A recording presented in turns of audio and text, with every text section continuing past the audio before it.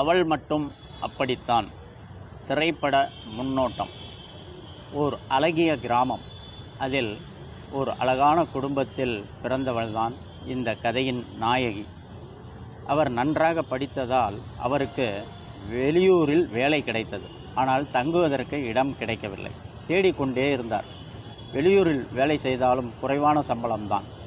இதை உணவகத்தில் சாப்பிட வரும் ஒரு பழகிய பெண்மணியிடம் அவர் தெரிவிக்க, அவரும் அவருக்கு உதவி செய்வதாக கூறி இந்த பெண்ணின் வீட்டிற்கு ஃபோன் செய்து, என்னால் முடிந்த உதவியை செய்கிறேன், அதுவரை எனது வீட்டில் தங்கட்டும் உங்கள் மகள், உங்களுக்கு பணம் கொஞ்சம் மிச்சமாகும் என்று கூற இந்த பெண்ணும் அவர்கள் வீட்டில் தங்கினாள்.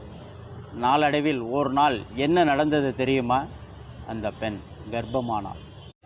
இந்த தகவல் அவர்கள் வீட்டிற்கு சென்றதும் அவர்கள் அதிர்ச்சியானார்கள். காவல் நிலையம் வரை சென்றது புகார். அவர்கள் விசாரிக்க வேண்டியவர்கள் அனைவரையும் விசாரித்தார்கள், அந்த பெண்மணியின் கணவர் உட்பட. ஆனால் குற்றவாளி அகப்படவே இல்லை. அந்த பெண்ணின் கணவரின் டிஎன்ஏவும் சோதனை செய்யப்பட்டது. இந்த பெண் வேறு எங்காவது தவறு செய்துவிட்டாலோ என்று அந்த கோணத்திலும் விசாரித்தார்கள். ஆனால் எங்குமே விடை கிடைக்கவில்லை. அப்படியானால் இந்த பெண்ணின் கர்ப்பத்திற்கு காரணம் யார்? இவர் எப்படி ஏமாந்தார்? எதிர்பாராத திருப்பங்களுடன் கிளைமாக்ஸ் காட்சி யாருமே யூகிக்க முடியாத அளவுக்கு நடந்தது. விரைவில் திரையில் காணலாம்.